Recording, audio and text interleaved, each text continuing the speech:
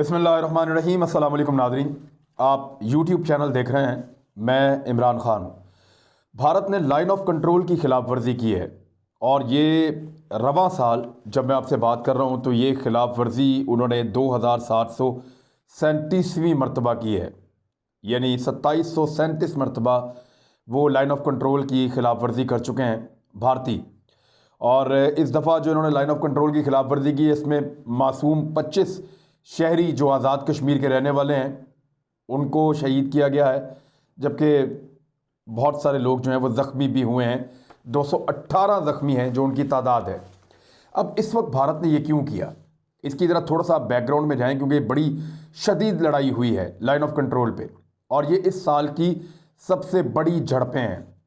गुज़िश्ता साल जब भारत के जहाज़ गिरे थे और उसके बाद एक लड़ाई हुई थी, उसके बाद से लेकर अब तक इतनी सख्त लड़ाई नहीं हुई जो लड़ाई इस वक्त लाइन ऑफ कंट्रोल पे हो रही है। और ये लड़ाई हुई है 13 नवंबर को, जुमे वाले दिन। और इस लड़ाई की नौबत क्यों आई, ज़रा थोड़ा सा आपको बैकग्राउंड में जाना पड़ेगा।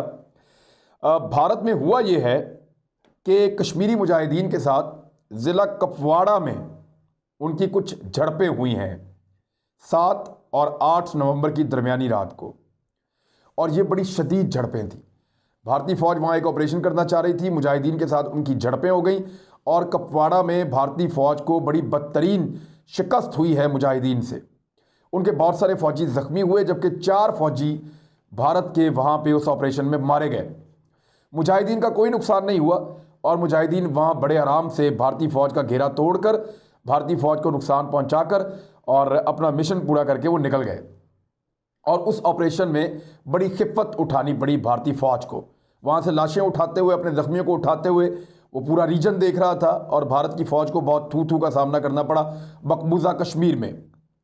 उसका बदला लेने के लिए और उस खिफ़्फ़त को मिटाने के लिए उन्होंने वहाँ बहुत सारे मकानात को भी आग लगा दी थी और उसकी फुटेज मौजूद है। उन्होंने मकानात को आग लगाई, लोगों के साथ जुल्म किया, इस सर्दी के अंदर लोगों को बेघर कर दिया, ये कहकर कि आप मुजाहिदीन को पनाह देते हैं या उनको आप सपोर्ट करते हैं, उनको खाना पीना देते हैं, उनको सहूलियात देते हैं, उनको इन्फॉर्मेशन देते हैं। तो वहाँ तो कश्मीर की इस वक्त सूरत हाल ये है, मकबूजा कश्मीर की, कि हर आदमी मुजाहिदीन के साथ है। तो भारत क्या सबके मकान जला देगा? क्या सबको बेघर कर देगा? क्या सब पे गोली चलाएगा? पूरा कश्मीर आज भारत के खिलाफ खड़ा है।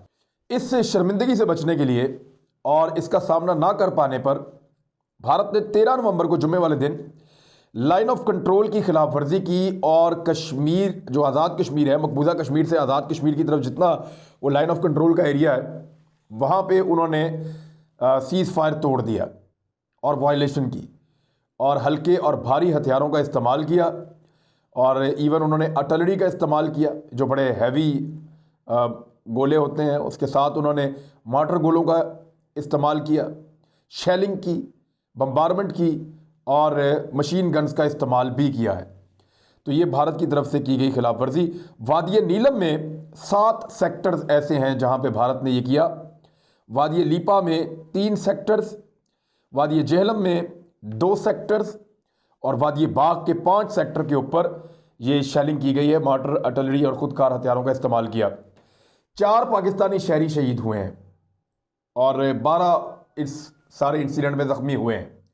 बहुत सारे मकानात को आग लगी है और बहुत सारी जो इमारत हैं वो तबाह हुई हैं। और ना सिर्फ उन्होंने फ़ौज के ऊपर अटैक किया बल्कि सिविलियन पे भी अटैक किया है। एक फ़ौजी जवान पाकिस्तान का शहीद हुआ है, 5 ज़ख्मी हुए हैं। दूसरी जानिब पाकिस्तान ने जब भारत को मुंह तोड़ जवाब दिया तो उसमें अब भारत ये सारा कुछ क्यों कर रहा है? एक तो वजह यह है जो 7 और 8 को हुआ भारत के साथ कुपवाड़ा में, मुजाहिदीन ने जो उनको शिकस्त दी है, एक तो ये है। दूसरी एक वजह मैं आपको भी बताता हूँ और वो भारत के अखबारात में छप रही है। भारतीय उसको छुपाना चाह रहे हैं लेकिन आपके सामने रखते हैं और एग्जैक्टली वही पिक्चर रखूँगा जैसे आपको हमने पहले बताया था और बाद में भारतीयों को मानना पड़ गया था। अब ये पाकिस्तान की जानिब से जो मुंह तोड़ जवाब दिया गया है उसमें भारत जो तस्लीम कर रहा है खुद से, ये पाकिस्तानी नहीं कह रहे, हम ये क्लेम नहीं कर रहे, जो भारत तस्लीम कर रहा है अपने अखबारात में, द हिंदू अखबार लिखता है कि 11 अफराद उनके हलाक हो गए हैं भारत के, जिनमें 5 फौजी बताए जाते हैं, जबकि हिंदुस्तान टाइम्स जो है वो भी एक आधे नंबर के फ़र्क से यही तादाद बता रहा है कि उनके 5 फौजी कम से कम भारत के मारे गए हैं। और भारत का नुकसान बहुत ज़्यादा हुआ है। ये जो नुकसान है ये भारत के अखबारात को भारत ने बताया है, लेकिन जो एक्चुअल उनका नुकसान है, जो ISPR बता रही है या पाकिस्तान के फौजी ज़राए जो बता रहे हैं, वो ये है कि भारत के दर्जनों में हलाकतें हुई हैं और उनका फौजियों का और उनके साजो सामान का बहुत बड़े पैमाने पर लाइन ऑफ कंट्रोल पे नुकसान हुआ है। और उस नुकसान का अब भारत जो है वो तखमीना लगा रहा है और वो इस बात का अंदाज़ा कर रहा है कि कितना नुकसान बताया जाए। मीडिया को तो प्रेशर कम होगा, क्योंकि जब चीन ने उनके फौजियों को मारा था तो वो आज तक सही तादाद नहीं बता रहे। तो इसी तरह पाकिस्तान जब उनका नुकसान करता है तो वो अपना फौजी नुकसान छुपाते हैं। पाकिस्तानी तो जाते हैं, जाके बाकायदा नमाज जनाजा अदा करते हैं उस फौजी का जो शहीद होता है, और हम तो तादाद बताते हैं, लेकिन भारत इसको छुपाता है। उनकी ये दिफाई हिकमत अमली है, क्योंकि भारत में फ़ौज जो है वो शहादत को पसंद नहीं करती, मौत को पसंद नहीं करती। पाकिस्तान में शहीद होने को एक रुतबा समझा जाता है और ये जज्बे के साथ लड़ते हैं, लेकिन भारत में अगर कोई फ़ौजी मर जाए तो वो उसको अच्छी बात नहीं समझते, बल्कि वो उसे समझते हैं कि उसकी जान ज़ाया हो गई है और वो उसके लिए कोई ऑनर नहीं है। भारतीय फ़ौजियों की जो मरने वाले उनकी फैमिलीज़ के इंटरव्यूज़ जो टीवी पे आते हैं, वो बेचारे रो रहे होते हैं ऊंची ऊंची और चिल्ला रहे होते हैं और ये कह रहे होते हैं कि हमारा बेमौत मारा गया और क्यों मारा गया। लेकिन यहाँ पाकिस्तान का जो है वो नक्शा बिल्कुल उल्टा होता है। तो भारत इसलिए तादाद, हमेशा उसकी मजबूरी है कि वो तादाद कम बताता है। चीन बताता ही नहीं। चीन जो है वो कभी नहीं बताएगा कि उनके कितने लोग मारे गए, उनकी अपनी एक दिफाई हिकमत अमली है। भारत की ये मजबूरी है कि भारत के लोग जो है वो मौत को पसंद नहीं करते और फ़ौजी का मरना उन्हें बिल्कुल अच्छा नहीं लगता, और वो कोई शहादत का कॉन्सेप्ट तो है नहीं यहाँ मुसलमानों की तरह या पाकिस्तानियों की तरह। तो अब आ जाएं अब उस खबर की तरफ जिसका मैं आपको कह रहा था कि भारत इस वक्त ये क्यों कर रहा है। भारत एक्चुअली तवज्जो हटाना चाहता है भारत के मीडिया की। किस चीज़ से? ज़रा एक खबर आप सुनिए। ये द यूरेशियन टाइम्स की खबर है और वो लिख रहे हैं, fearing a winter war, India keen for a quick disengagement with China from Ladakh, Beijing experts. जो बीजिंग के एक्सपर्ट्स हैं वो ये बता रहे हैं कि सर्दी से खौफजदा होकर भारत ये चाहता है कि फौरी तौर पर क्विकली फ़ौजों को हटा दिया जाए लाइन ऑफ एक्चुअल कंट्रोल से लद्दाख के एरिया में।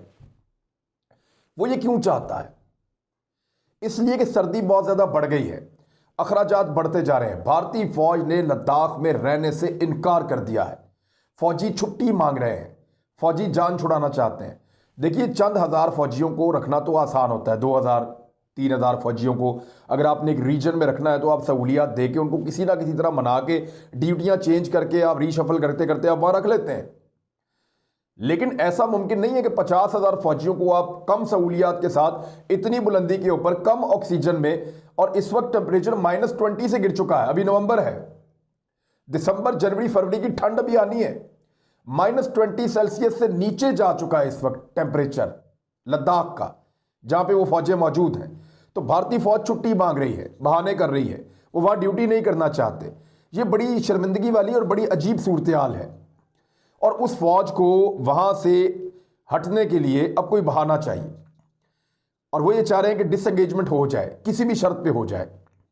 अब आप याद करें, मैंने आपको बताया था कि वहां पे एक फिंगर्स का एरिया है, जहां फिंगर 1 से लेकर फिंगर 8 तक का इलाका है।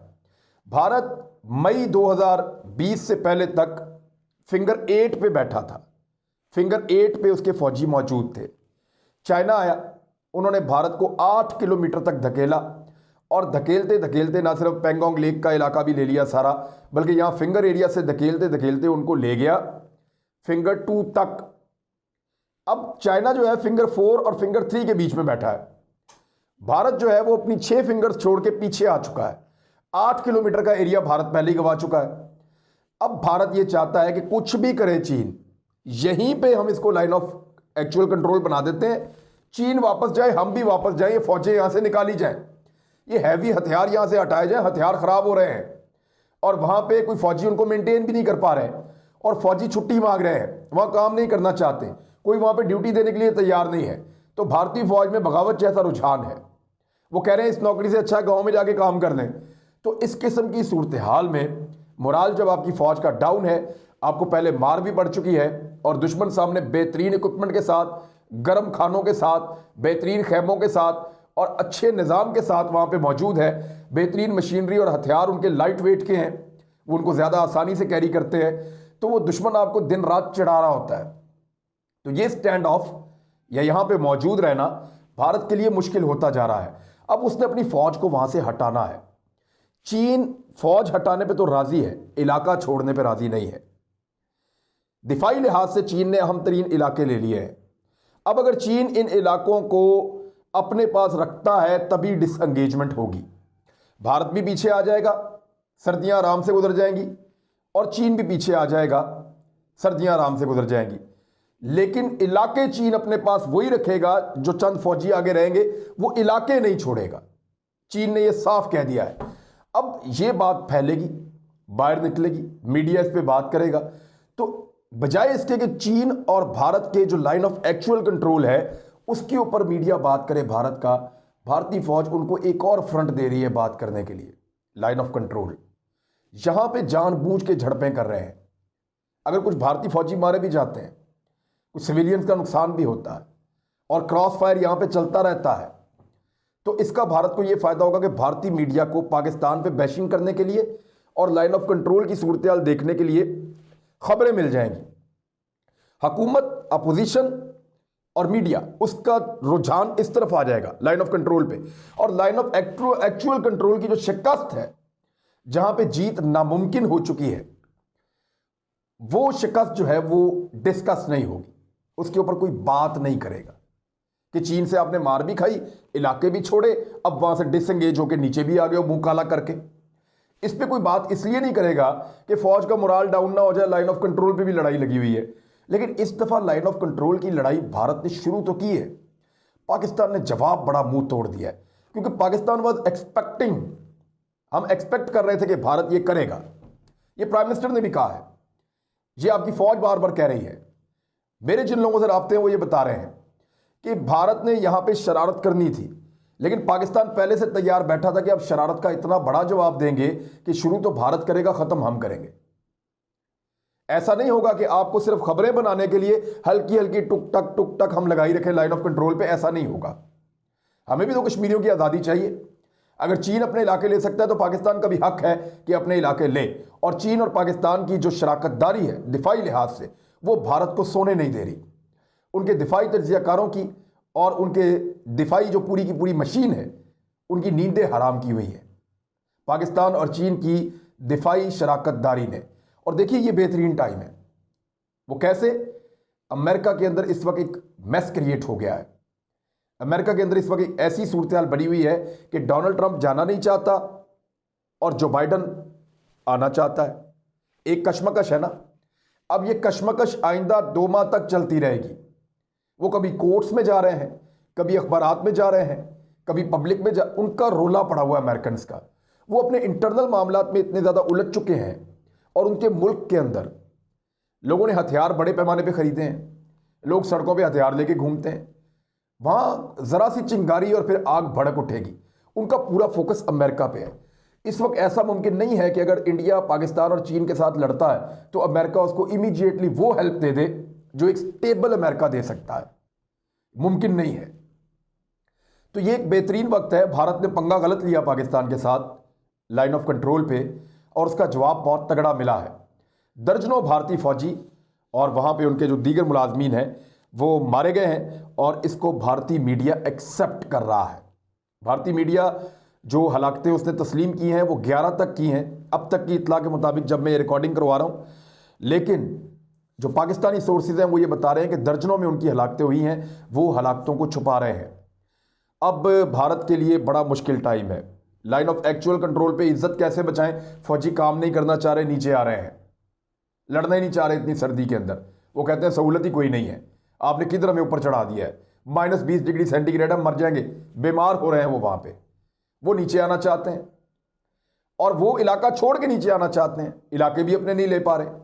और भारत वहाँ पे चीन को वो इलाके दे देगा जो कल तक भारत के थे, लेकिन उसकी भारतीय मीडिया के अंदर बड़ी जिल्लत होगी, उसकी बीजेपी के ऊपर बहुत ज़्यादा उंगलियां उठेंगी। अब उस बात को टैकल करने के लिए इन्होंने लाइन ऑफ कंट्रोल के ऊपर पाकिस्तान के साथ झड़पें शुरू की हैं, ताकि ये एक थोड़ा सा ऐसा माहौल बने कि मीडिया जो है हमारे खिलाफ, फौज के खिलाफ ना बोले, सारे पाकिस्तान को गालियां दें और इस तरफ चलें। लेकिन पाकिस्तान को तो ये मौका मिला, अब पाकिस्तान तगड़ा जवाब दे रहा है और इतना तगड़ा जवाब दे रहा है कि भारत को नानी याद आ रही है। और आज ही जब मैं जब वीडियो रिकॉर्ड करवा रहा हूँ, इसके बाद ISPR की और हुकूमत पाकिस्तान की एक बड़ी डिटेल प्रेस ब्रीफिंग भी आने वाली है। और जब आप ये वीडियो देख रहे होंगे या तो वो आ चुकी होगी या आ रही होगी, उसमें अगली स्ट्रेटजी भी आ जाएगी, उस पर बाद में बात करेंगे। जो सिचुएशन थी मैंने आपके सामने रखी और ये भी बताया कि भारत को सर्दी तंग कर रही है और वो खिफ़त मिटाना चाह रहा है। जो मुजाहिदीन ने उनको फेंटी लगाई है, क्योंकि मुजाहिदीन का हौसला बहुत बढ़ गया है और जो फिर उसके बाद पाकिस्तान फ़ौज ने उनका हाल किया है, तो इस वक्त 3-4 जगहों से भारत को मार पड़ रही है। चाइनीज़ अलग मार रहे हैं, पाकिस्तानी फ़ौजी अलग मार रहे हैं, मुजाहिदीन अलग मार रहे हैं और मौसम उनको अलग मार रहा है। अब तक के लिए इतना ही। अपना ख्याल रखिएगा, अपने इस चैनल का भी। अल्लाह हाफ़िज़।